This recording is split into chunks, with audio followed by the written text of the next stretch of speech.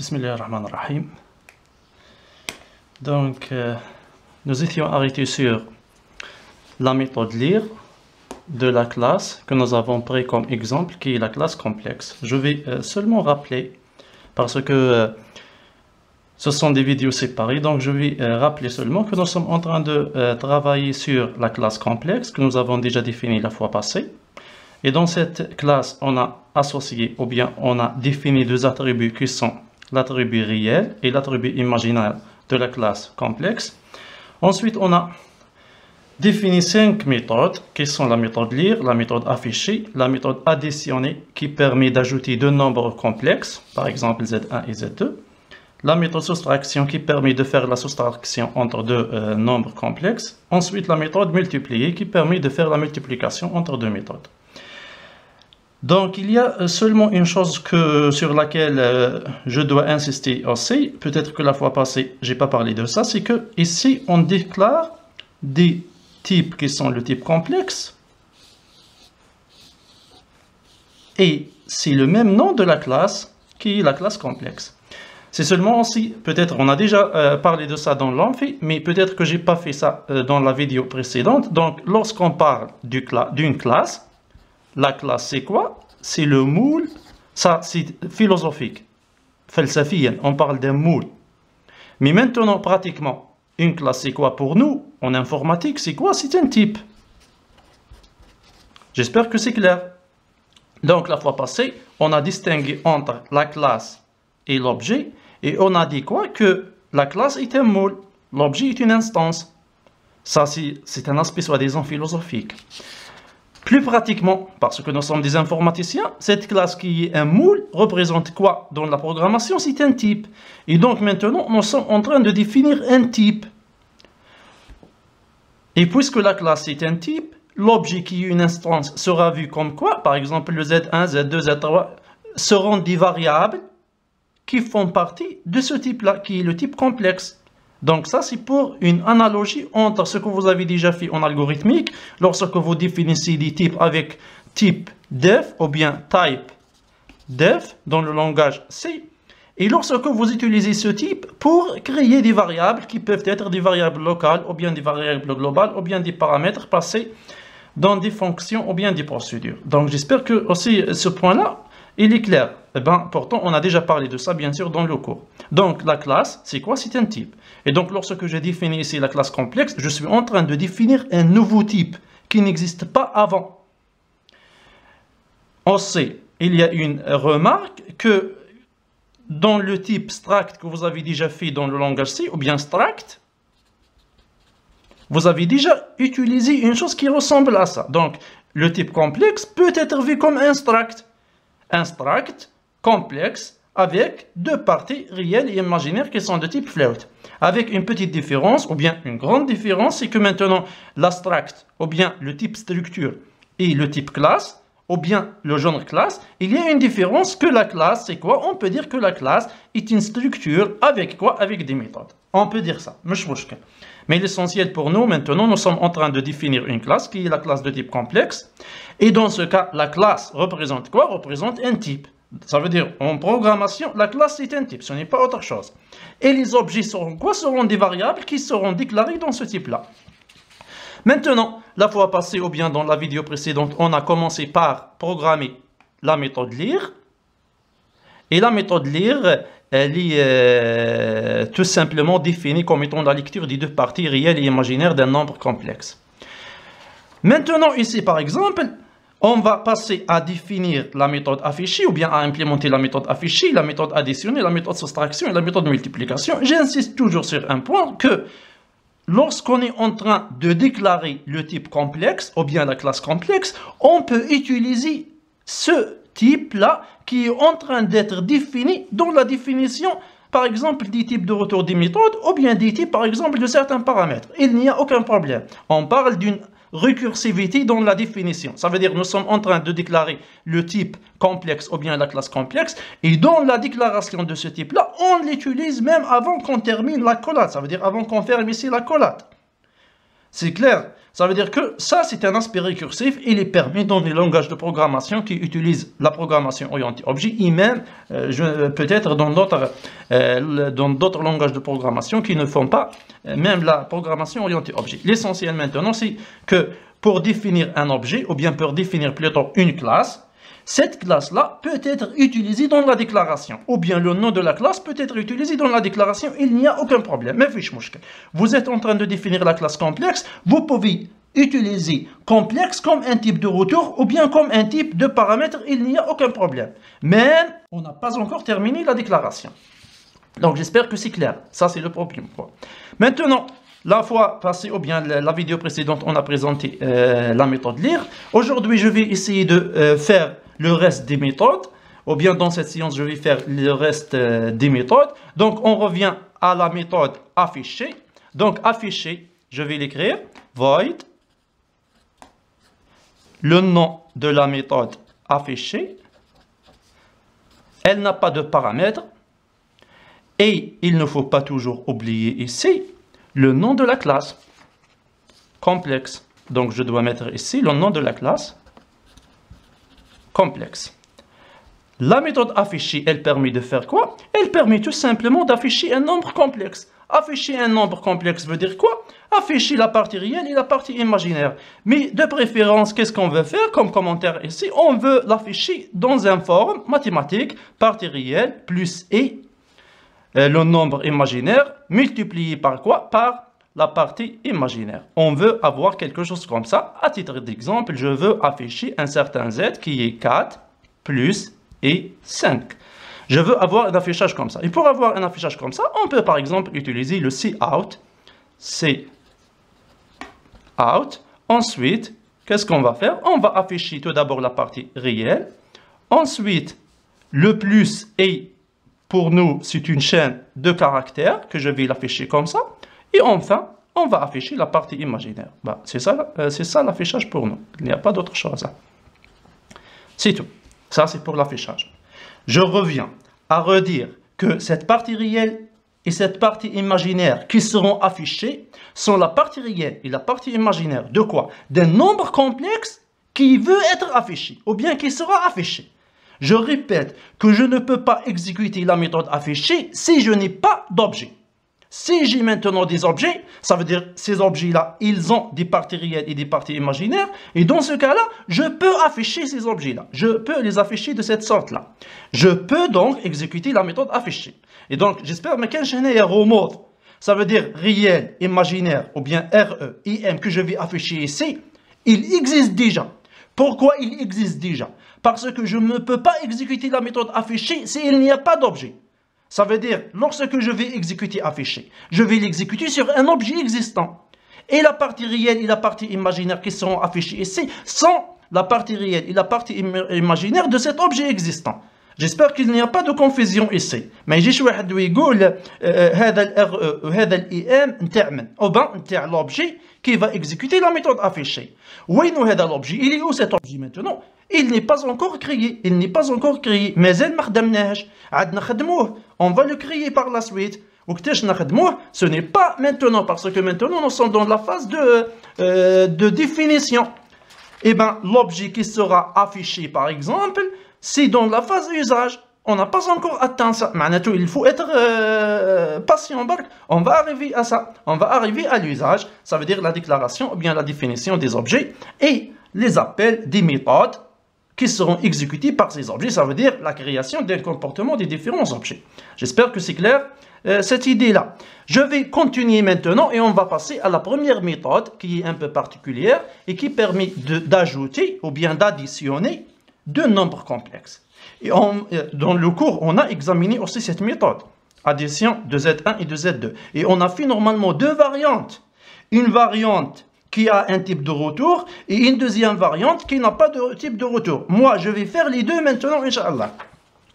Donc, la méthode additionnée, complexe. Le type de retour, c'est complexe. Maintenant, qu'est-ce que je vais faire? Complexe, c'est le nom de la classe. Il faut faire attention. Ici, c'est le type de retour. Ça, c'est le type de retour. Ça veut dire que la méthode, elle va retourner un type complexe. Elle va retourner un nombre complexe. Et la méthode, le nom c'est quoi? C'est complexe, le nom de la classe, ensuite additionner. J'espère que c'est clair. Maintenant, elle a deux paramètres d'entrée. Complexe Z1, complexe Z2, c'est une chose que nous avons déjà vue dans le cours. Je répète, c'est un rappel, c'est tout. Et je vais additionner Z1 et Z3 et le résultat sera retourné dans un type complexe. Ça veut dire qu'est-ce que je vais faire dans un commentaire ici? Je dois ajouter Z1 à Z2 et je vais mettre le résultat où? Dans un certain Z3. Et ce Z3 qui sera comme le retour. On va faire un return de Z3. Ok? Maintenant, dans l'addition des nombres complexes, il s'agit de faire quoi? Il s'agit de faire un Z3 partie imaginaire égale à quoi? Ou bien reçoit quoi? Z1 partie imaginaire plus Z2 partie imaginaire. Et même chose pour la partie réelle. Z3 partie réelle, c'est quoi? C'est Z1 partie réelle plus Z2 partie réelle. Maintenant, on va passer à la réalisation concrète. Qu'est-ce que je vais faire? Je vais déclarer un certain Z3 qui est de type complexe. Dans ce cas, je vais faire comme ça. Ça veut dire que ce que je vais faire maintenant, c'est exactement ce que j'ai écrit ici dans les commentaires. Donc tout d'abord, je dois créer un complexe qui est Z3. Ça veut dire déclarer. Z3, c'est quoi? C'est un complexe. Pourquoi j'ai besoin de ce Z3? En effet, parce que j'ai déclaré le type de retour complexe. Donc j'ai besoin de récupérer le résultat. C'est une question de récupération. Sinon, je peux ignorer. Et on va voir que même si on a complexe, on n'a pas besoin de déclarer une autre variable ou une troisième variable qui est Z3. Ensuite, qu'est-ce que je vais faire? Tout simplement, comme c'est écrit ici, c'est la même chose. Z3.partie imaginaire reçoit quoi? Z1.partie imaginaire plus quoi? Z2.partie imaginaire. Et Z3.partie réelle reçoit quoi? Z1.partie réelle plus Z2.partie réelle. Point virgule. Après, qu'est-ce que je vais faire? Return, ou bien return Z3. Et c'est tout. C'est ça notre méthode qui permet d'additionner de nombres complexes et qui permet de générer un nombre complexe. Ça, c'est une première technique. Est-ce que c'est la seule technique que je peux faire? Non, ce n'est pas la seule technique. Je peux faire autrement. Je peux, par exemple, à la place de tout ça, faire quoi? La même chose, mais on n'a pas besoin vraiment de Z3. Je peux faire directement return. Vous voyez, c'est plus facile à le faire. Return quoi? Je veux un nombre complexe. Un nombre complexe, il est composé de deux parties. Une partie réelle et une partie imaginaire. Et puisque dans la déclaration, on a commencé par la déclaration de la partie réelle, donc la première partie, c'est la partie réelle. Et la deuxième partie, c'est la partie imaginaire. Qu'est-ce que je peux faire? Je peux faire return quoi? Et c'est Z1 point partie réelle plus Z2 point partie imaginaire, virgule, la deuxième, pardon, et c'est réel, virgule, la deuxième partie, c'est quoi? C'est la partie imaginaire de ce que je veux retourner, qui est dans ce cas un Z1 point imaginaire plus un Z2 point imaginaire. J'espère que l'écriture, elle est claire, mais l'essentiel, je relis si vous voulez. Return quoi? Un nombre complexe composé de deux parties, une partie réelle et une partie imaginaire. Voilà, partie réelle, partie imaginaire. Attention, c'est parce que dans la séquence de déclaration, nous avons la partie réelle, ou la partie imaginaire, c'est pour cette raison que lorsque je fais comme ça, un return comme ça, c'est la partie réelle et la partie imaginaire. La partie réelle, c'est quoi? C'est la somme des deux parties réelles, de Z1 et de Z2, et celle-là, c'est le Z1 imaginaire plus le Z2 imaginaire. J'espère que cette idée, elle est claire. Vous pouvez faire comme ça dans une seule instruction, comme vous pouvez faire comme ça dans deux instructions, plutôt dans plusieurs instructions. Lorsque je dis deux instructions, ça veut dire une instruction en moins de déclaration ici et une instruction qui permet de faire le retour. Et bien sûr, les opérations d'affectation. Mais vous avez le choix. Vous pouvez utiliser cette manière comme vous pouvez utiliser cette manière-là. Les deux manières sont faisables. Ça, c'est une première implémentation de la méthode additionnée. Est-ce que je peux la faire autrement? Ben oui, vous pouvez le faire comme vous voulez. Il n'y a pas de souci. Ça veut dire quoi? Je peux, bien sûr, en gardant la même signature, vous pouvez avoir plusieurs implémentations. Maintenant, est-ce que je peux avoir cette déclaration de additionner ou bien cette définition de additionner sans avoir un type de retour? Il n'y a aucun problème. Je peux le faire, mais vraiment, ça n'a pas beaucoup de sens. Ça veut dire quoi? Je peux additionner deux nombres complexes Z1 et Z2, ensuite avoir le résultat dans un Z3 que je vais afficher. Mais en effet, ça n'a pas beaucoup de sens. Parce qu'en général, l'opération additionnée en mathématiques, c'est une opération qui permet de générer un nombre complexe que je peux l'utiliser par la suite. Ça veut dire, lorsque moi je veux calculer Z1 plus Z2, je veux récupérer le résultat dans Z3 qui sera utilisé par la suite. Et si vous ne faites pas un type de retour de la procédure ou bien de la méthode additionnée, ça veut dire que vous ne pouvez pas récupérer le Z3 et que vous ne pouvez pas l'utiliser par la suite. J'espère que c'est clair, cette idée d'avoir un type de retour qui, par exemple, ici, le type complexe.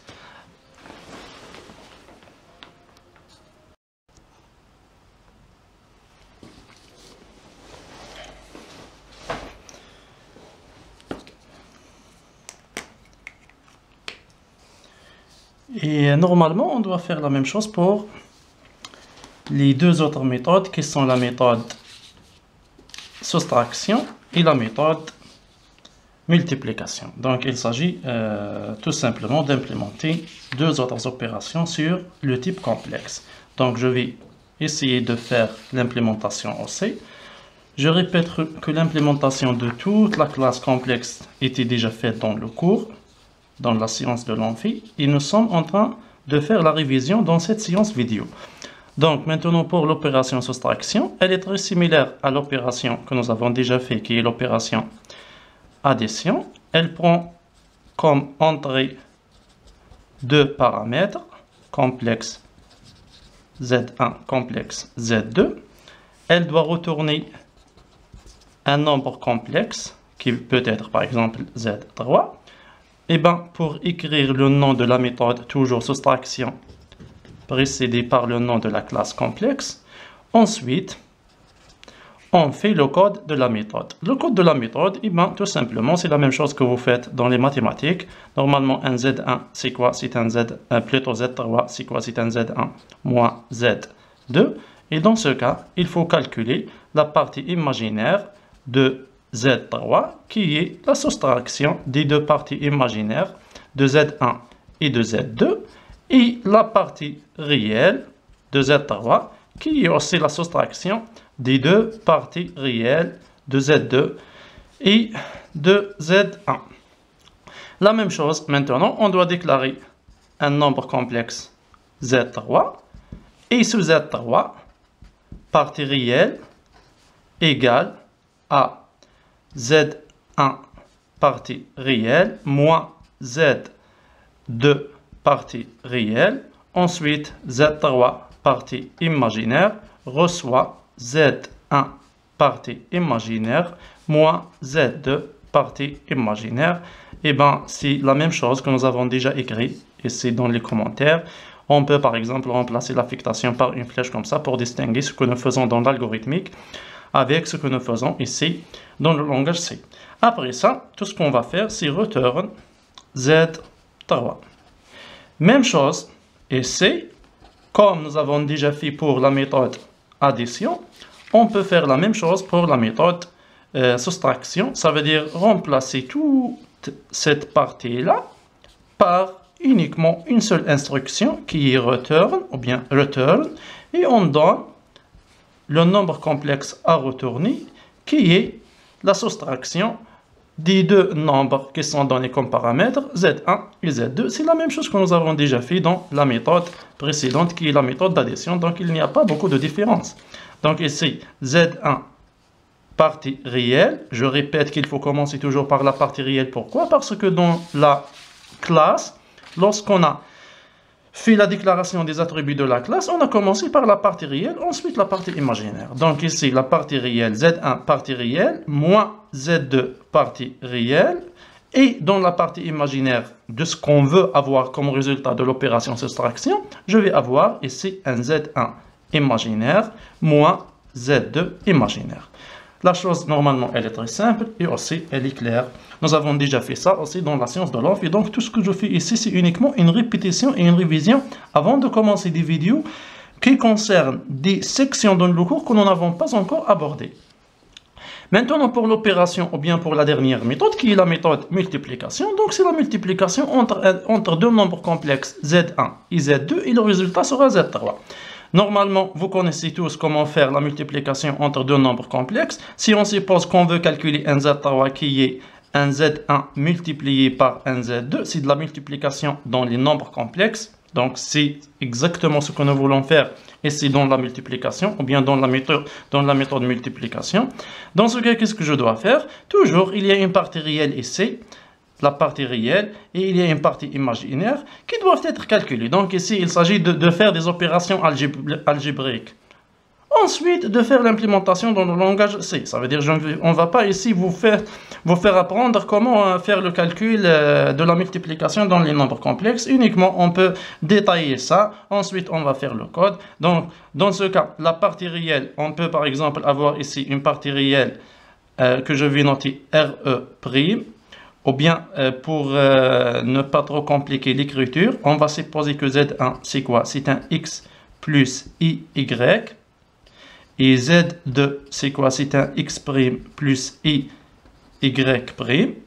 Et dans ce cas, on veut calculer la partie réelle et la partie imaginaire. On veut calculer la multiplication de Z1 fois Z2. Ça doit être quoi? C'est X plus IY multiplié par X' plus IY'. Et dans ce cas, ça doit être X multiplié par X'. Ensuite, moins Y multiplié par Y'. Et ça, c'est la partie réelle de Z3. Ça, c'est la partie RE de Z3. Plus quoi? Et X fois X' plus X fois Y' plus Y fois X'. Y fois X'.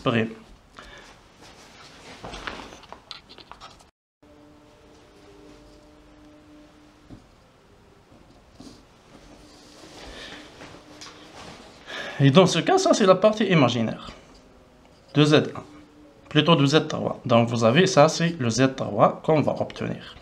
Donc ça c'est déjà vu dans le module, dans les modules de mathématiques que vous avez fait dans le lycée et dans la première année maths informatique. Et comme ça, normalement, on a calculé le Z3. Reste maintenant à écrire la méthode qui est très simple. On l'a déjà traité dans le cours. Je vais la réécrire uniquement comme rappel. Dans ce cas, la méthode, elle s'appelle multiplication. Elle va prendre deux nombres complexes, complexe Z1 et complexe Z2. Toujours, il ne faut pas oublier le nom de la classe, le type de retour qui est complexe.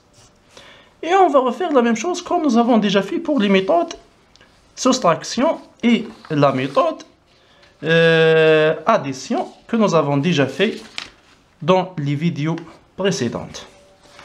Dans ce cas, on va faire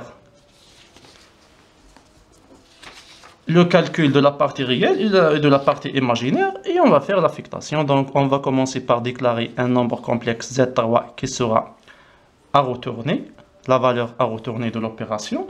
Ensuite, Z3 partie réelle, c'est quoi? C'est exactement ça. Donc c'est la X, c'est la partie réelle de Z1 multiplié par X', c'est la partie réelle de Z2.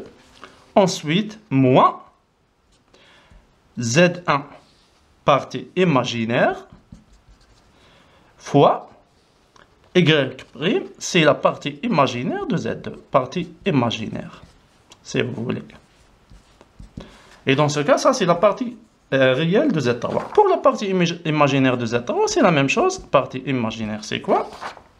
C'est X, donc c'est la partie réelle de Z1, multiplié par Y', c'est la partie imaginaire de Z2, plus quoi? Y, c'est la partie imaginaire de Z1, multiplié par X', c'est la partie réelle de Z2. Et comme ça, on a obtenu la partie réelle et la partie imaginaire de Z3. Et donc, je peux retourner la valeur de Z3 comme la valeur retournée par l'opération multiplication.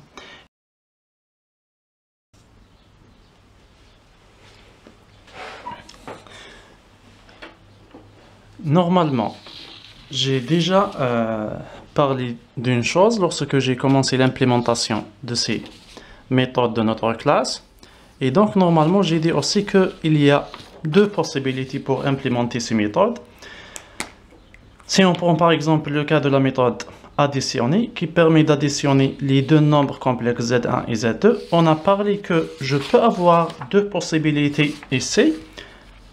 Soit je fais un type de retour complexe, soit je peux ne pas faire un type de retour. Ça veut dire que je peux avoir la méthode additionner sans type de retour. Après, j'ai dit que normalement, ça n'a pas de sens parce que je dois additionner Z1 et Z2 et je veux récupérer le résultat. C'est pour cela qu'on a besoin normalement d'un type de retour qui est de type complexe. Ça, c'est une idée. Ensuite, on a écrit la définition de cette méthode, ou bien l'implémentation de cette méthode, comme vous voyez ici. C'était la même chose pour l'opération, ou bien la méthode soustraction, et la méthode multiplication.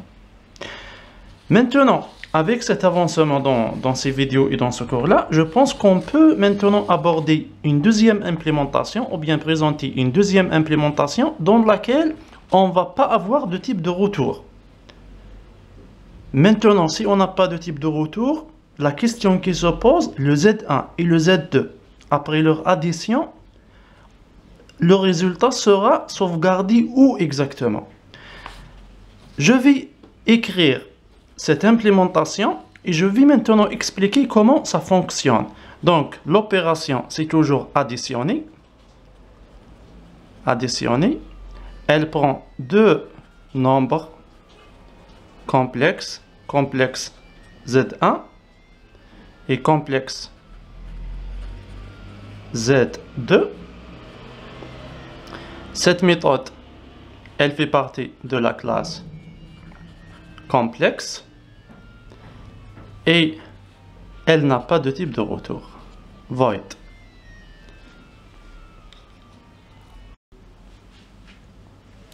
Donc, elle n'a pas de type de retour. Donc, l'idée, c'est quoi maintenant? On veut toujours calculer le Z1 plus le Z2 et on va récupérer le résultat quelque part. Par contre, cette fois, il n'y a pas de type de retour. Il n'y a pas de type complexe ici. Mais plutôt, on n'attend rien de cette méthode comme retour. La question qui se pose, le résultat sera sauvegardé où? Maintenant, puisque nous sommes dans un niveau où on a déjà parlé de la création des objets ou bien de l'existence des objets. Maintenant, qu'est-ce que je vais faire? Le résultat sera récupéré dans l'objet qui va exécuter la méthode additionner. Je répète, ici nous avons une classe qui est la classe complexe. Cette classe-là, elle dispose d'un ensemble de méthodes et des attributs.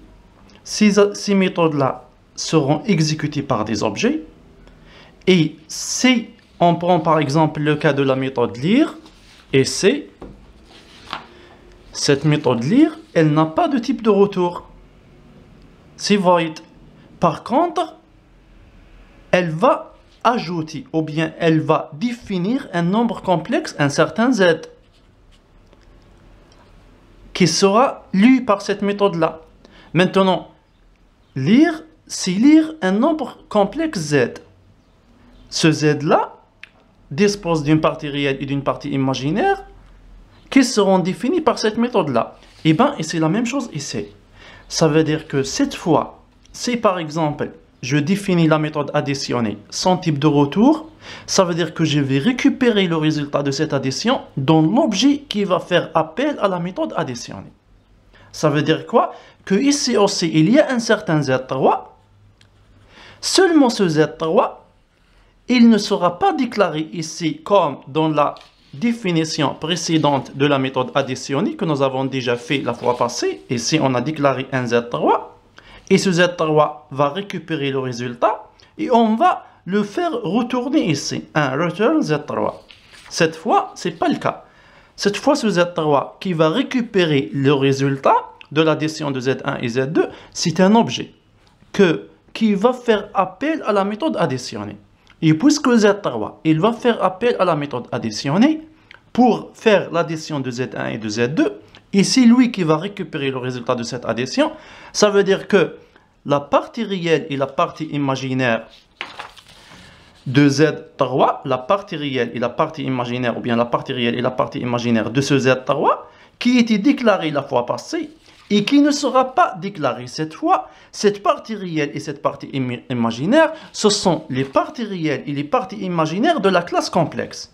Ok, et dans ce cas, qu'est-ce que je peux écrire? Je peux écrire directement partie réelle reçoit quoi? Z1.RE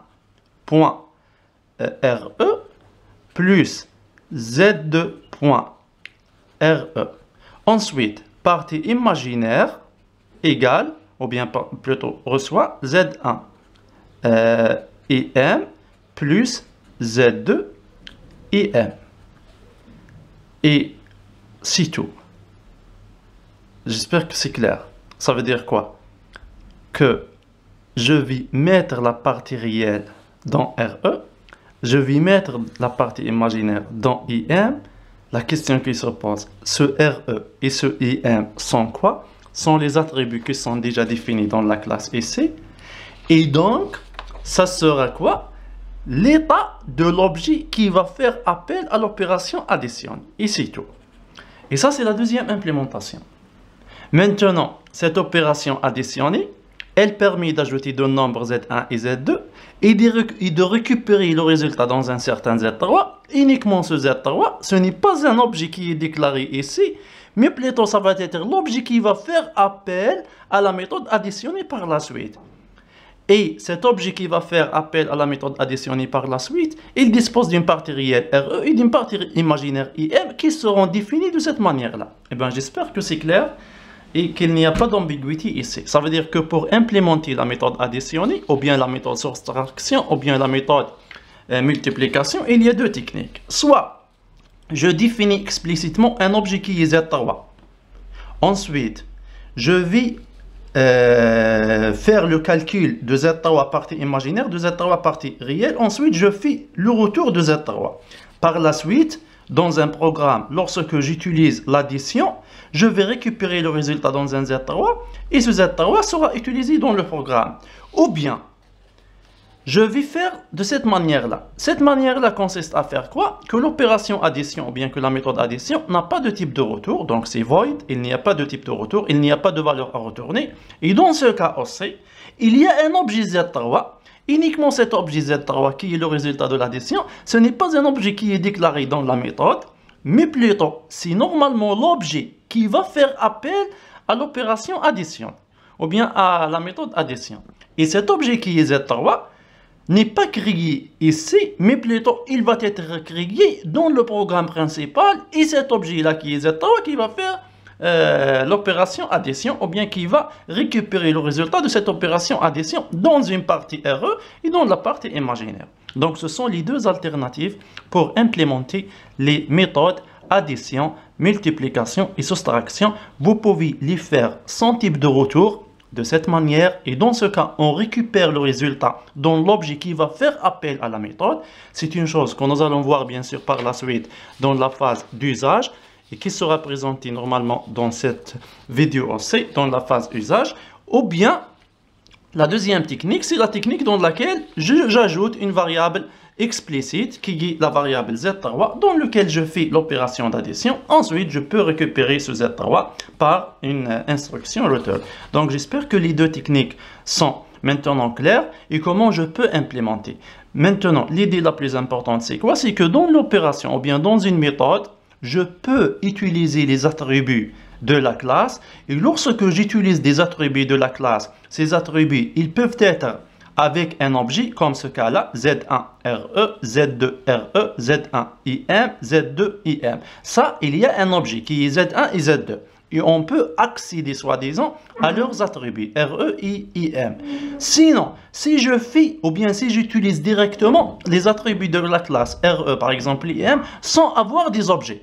Dans ce cas, le RE et le IM qui sont utilisés sans avoir, ou bien sans avoir des objets qui les précèdent, dans ce cas, ce sont des attributs qui vont représenter l'état de l'objet qui appelle l'opération additionnée, ou bien qui exécute l'opération addition. Je répète, cette partie-là qui est très importante, que lorsque vous définissez une méthode comme la méthode addition, ou bien la méthode soustraction, ou bien n'importe quelle autre méthode, vous avez deux possibilités. Soit d'utiliser ou bien d'accéder aux différents attributs de la classe en utilisant des objets, comme ce cas-là, soit d'utiliser directement les attributs sans avoir des objets. Si vous utilisez des attributs sans avoir des objets, ces attributs vont représenter quoi par la suite? Vont représenter l'état de l'objet qui va exécuter addition. Ça veut dire quoi? Que RE et M sont les valeurs associées aux attributs de Z1, de Z2, de Z1, de Z2.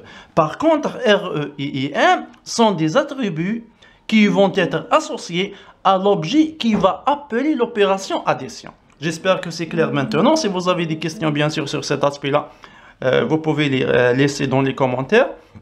Mais la chose la plus importante maintenant, c'est que tout ça sera encore plus clair lorsque on va aborder la troisième phase dans la programmation orientée objet, qui est l'usage, dans laquelle on va créer des objets et on va faire une exécution des différentes méthodes définies dans la classe des objets. Donc, dans la vidéo juste qu'on va voir tout de suite, on va passer à la phase usage.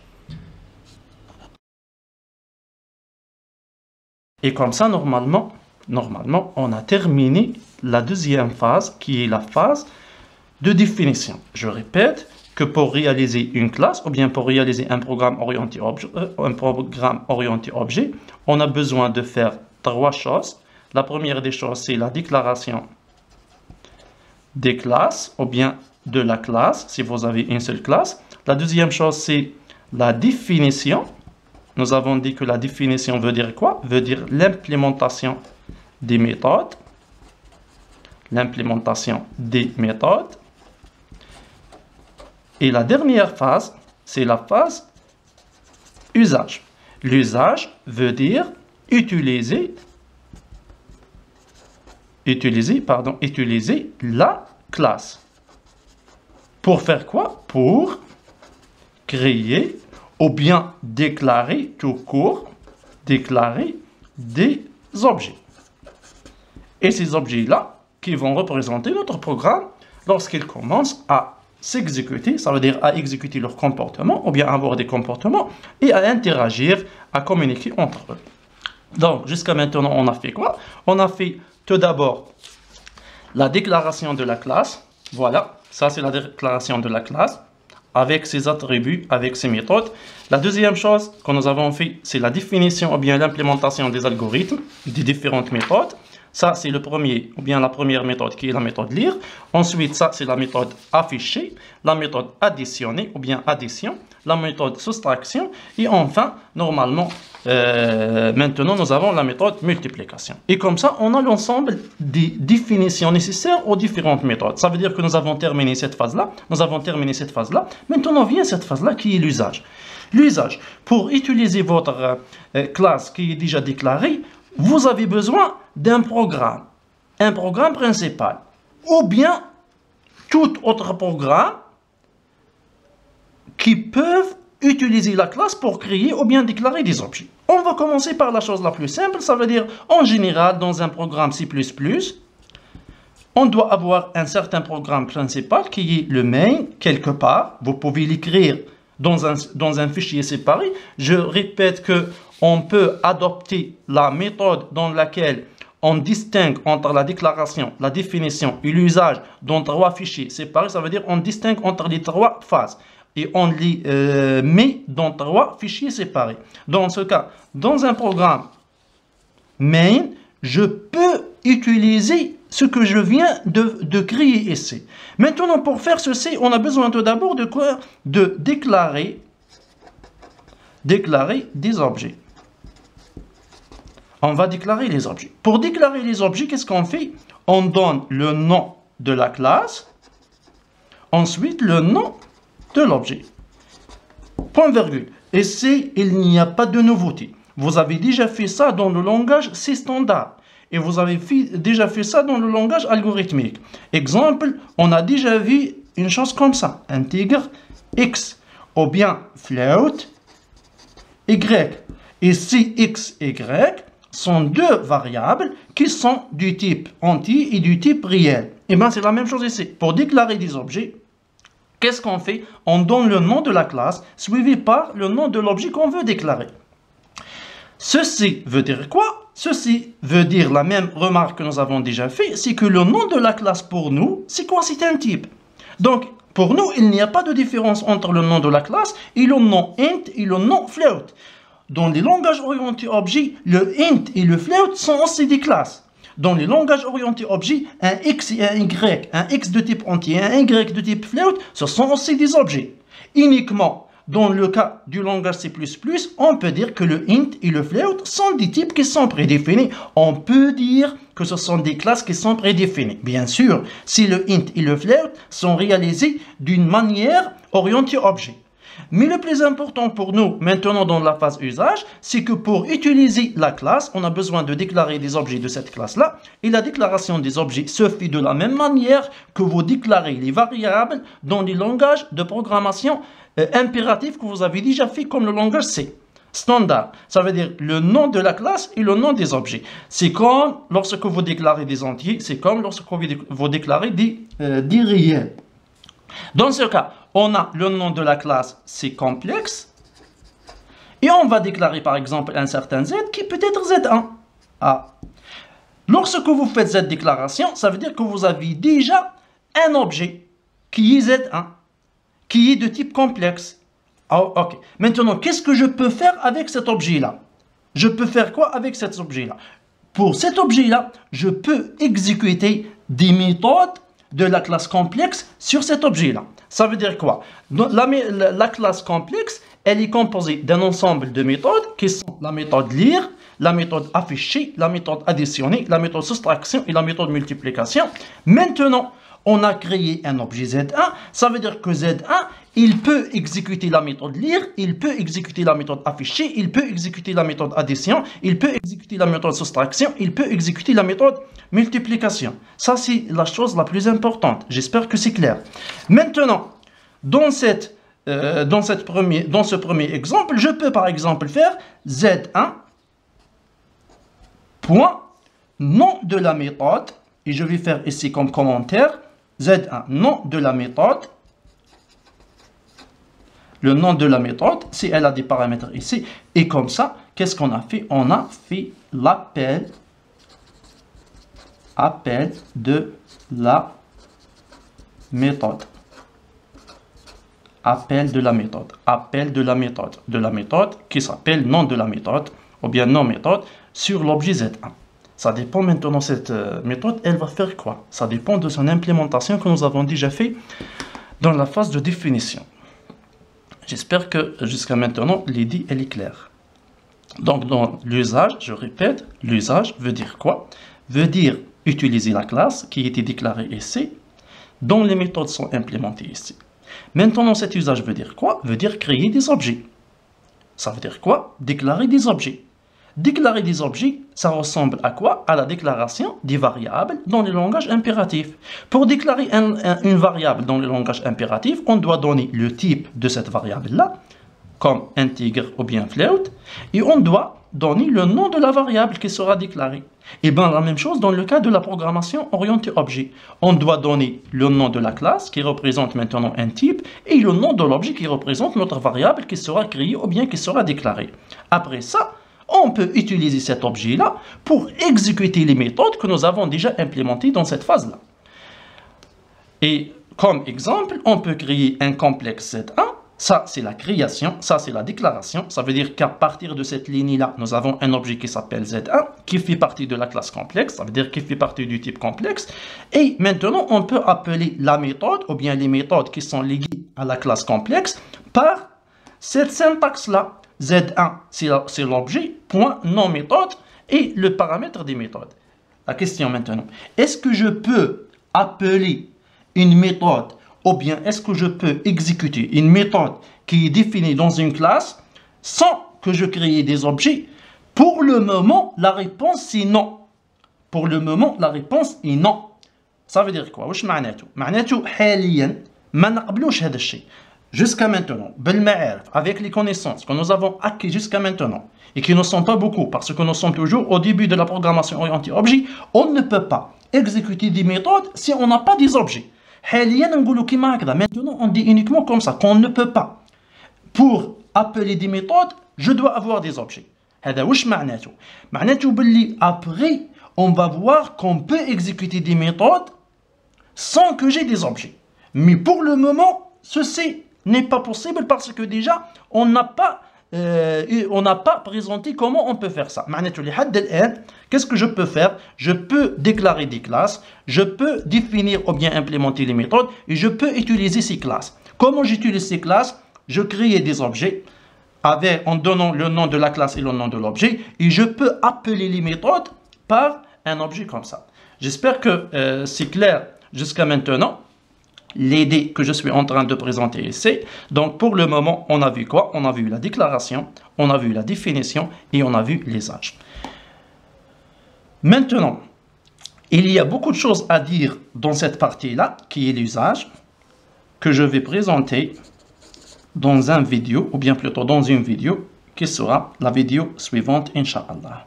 Je répète toujours que je suis en train de réviser dans ces vidéos des concepts et un exemple que nous avons déjà présenté dans le cours. Ça veut dire, jusqu'à maintenant, il n'y a pas de choses qui sont nouvelles que je suis en train de présenter dans les vidéos. Il n'y a que des choses que nous avons déjà vues dans le cours et je suis en train de faire des révisions. J'espère que ces cours-là présentés dans le YouTube vont vous aider à mieux comprendre, à mieux réviser, à vous faire rappeler des choses que nous avons vues avant les vacances et surtout essayez de laisser vos commentaires, vos questions et vos suggestions et j'espère que la méthode elle vous aide un peu à comprendre et à réviser et que l'écriture, surtout l'écriture ici sur des papiers, que l'écriture elle n'est pas floue et que vous pouvez suivre avec moi.